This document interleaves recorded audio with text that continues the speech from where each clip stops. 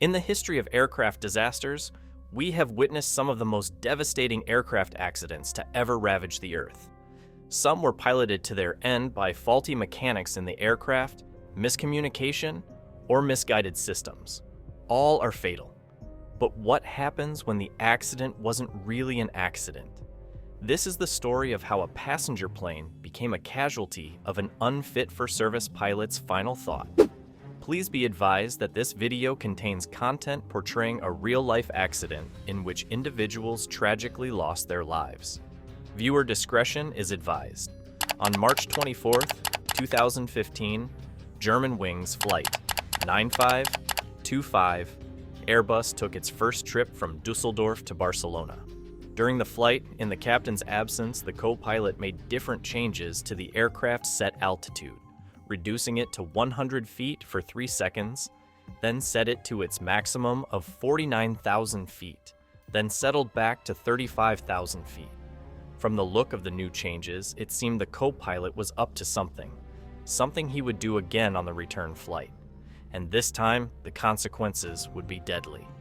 The plane eventually made a smooth entry to Barcelona Airport.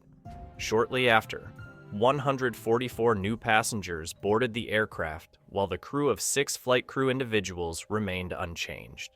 On the return flight, co-pilot 27-year-old Andrea Lubitz, who had logged on to more than 919 flying hours and 540 on the Airbus, took over flying the aircraft. At 9 a.m.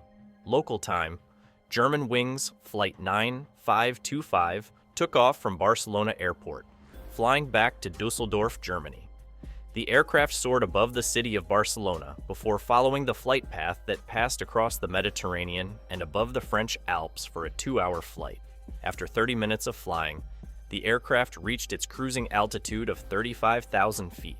The information supplied by Met Air France indicated that the flight took place in clear skies with some clouds in between. At almost half an hour into the flight, Captain Patrick acknowledged Spanish air control clearance to fly to the shared airspace and joined France. This was also the last moment the aircraft was in touch with air traffic control. Moments later, Captain Patrick switched over the controls to the co-pilot, Andreas, before leaving the cockpit to catch a break in the restroom. As the captain left the cockpit, Andreas switched the lock on the door, inhibiting entry into the cockpit. On account, Andreas adjusted the altitude from 38,000 feet to 100 feet, just like the first time on the flight to Barcelona. Following this, he adjusted the autopilot mode to descend while leaving thrust to idle. Minutes later, he manually shifted the target speed to 308 knots, resulting in the aircraft's speedy descent fluctuating between 1,700 feet per minute to 5,000 feet per minute. Unaware of the pilot's activities, everyone on board enjoyed their flight. However, the Marseille Air Control Center observed that the aircraft's altitude had gone 2,000 feet below its initial cruise level. In response, traffic control attempted to make contact but was met with silence. 30 seconds passed, and 3 different attempts to contact the aircraft were made, but still no response. At this time, the speed of the aircraft increased to 323 knots. In a span of 2 minutes, the aircraft had descended more than 10,000 feet below its initial cruise level. Shortly after the speed adjustments, a buzzer signaling the captain's attempt to re-enter the cockpit went unanswered. The co-pilot remained silent, his breath on the intercom as calm as the breezes. Andreas was in full control. With the door locked and no answer to the requested entry, the captain grew more worried. Audio information retrieved from the cockpit voice recorders suggests that he was unable to access the cockpit. He resulted in using the emergency axe in a desperate attempt to breach the door. The captain's urgent cries sent panic throughout the cabin as everyone got drenched in fear. Marseille Air Traffic Control and French defense systems tried to establish contact with the aircraft, but still no response. A French military jet was dispatched from the Orange Caritat Air Base for an interception with the aircraft. However, the situation was already dire. Shortly after, Germanwings Flight 9525 went dark. It had crashed into the French Alps. All 150 people on board were gone in an instant. The victims were a group of 16 students, 14 girls and 2 boys, and 2 of their teachers from Joseph Koenig School in Haltern, a mother and son, 2 opera singers, 2 Iranian reporters, 3 generations of a family, newlyweds, and people from UK, America, and Japan.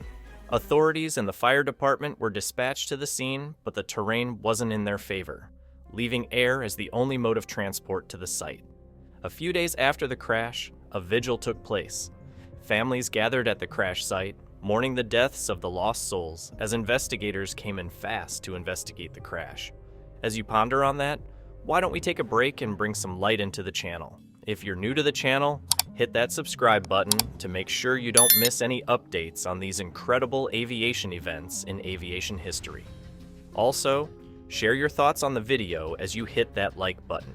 2 days later, on March 26, 2015, after analysis of the cockpit voice recorders and the black boxes, it was revealed that the crash was not an accident but rather a deliberate act.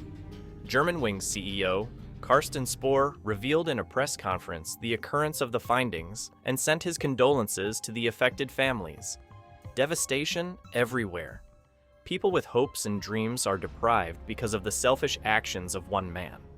After a dive into investigations, it was discovered that Andreas was suffering from a psychiatric disorder, with his medications to prove it.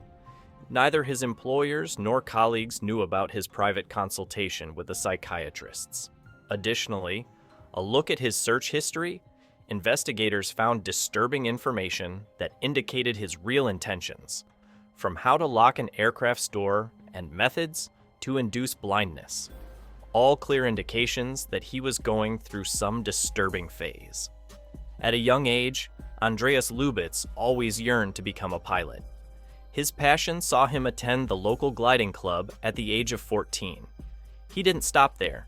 In September 2008, he started his basic training at the Lufthansa's Flight Training Pilot School in Bremen. Unknown to many, Andreas experienced severe mental struggles such as depression and insomnia. The magnitude of his struggles had even led him to thoughts of suicide.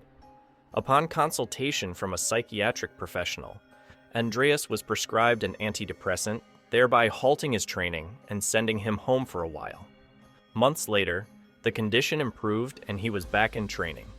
His skill and determination led him to obtain his A320 type rating in Munich, and he soon joined Germanwings and became co-pilot in June 2014. 11 months later, in 2014, his condition worsened, prompting him to consult private physicians due to insomnia and temporary blindness.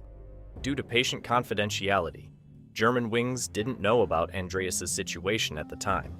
The final report by French investigators concluded that Lubitz's actions were premeditated and classified it as a suicidal murder. He had previously practiced altering flight controls to initiate a descent during an earlier flight. In response to this incident, aviation authorities implemented new safety regulations requiring 2 authorized personnel in the cockpit at all times. However, by 2017, some airlines had reverted back to previous practices due to operational pressures. In terms of compensation for victims' families, Germanwings parent company Lufthansa initially offered aid payments of up to 50,000 euros per victim. The total compensation could reach between 10 million euros and 30 million euros depending on legal outcomes related to liability.